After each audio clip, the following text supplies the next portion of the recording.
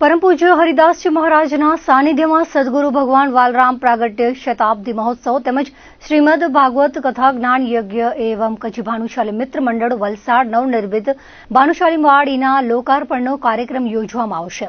આગામી 19મી થી 25મી માર્ચ 2026ના નિર્ધારિત કરવામાં આવશે. કાર્યક્રમની ચર્ચા વિચારણા કરવા મુંબઈથી હરિઓમ પરિવાર તેમજ દક્ષિણ ગુજરાતના તમામ 13 જેટલા મહાજન મંડળોની મીટિંગ યોજાઈ હતી.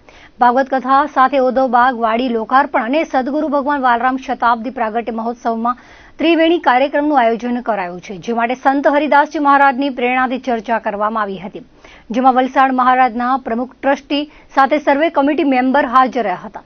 સાથે વાપી, સેલવાસ, દમણ, ઉમરગામ, સરીગામ, ચીખલી, બિલીમોરા, સુરત દક્ષિણ ગુજરાતના મંડળના પદાધિકારી અને મુંબઈથી હરિઓમ પરિવારના સભ્યોએ હાજર રહી ચર્ચા કરી હતી. કાર્યક્રમના દાતા ગજરા પરિવાર દીપેશ ગજરા હાજર રહ્યા હતા અને સમિતિની રચના કરવામાં આવી હતી, તેવું તુલસીભાઈ દામાએ વિગતો આપતા જણાવ્યું હતું.